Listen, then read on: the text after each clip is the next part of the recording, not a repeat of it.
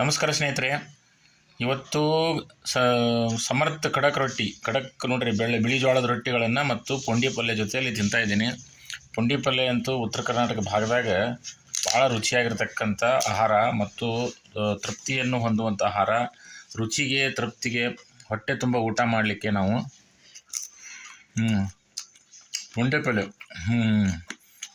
ಹುರುಳಿಗಿರ್ತದೆ, ರವೆ ಹಾಕಿರ್ತಾರೆ, ಶೇಂಗಾಕಾಳು, ಪುಂಡಿ ಪಲ್ಯನ ಹದವಾಗಿ ಕುದಿಸಿಬಿಟ್ಟು ಮಾಡಿರ್ತಾರೆ. ಖಡಕ್ ರೊಟ್ಟಿ ಜೊತೆ ತುಂಬ ರುಚಿಯಾಗಿರುತ್ತೆ.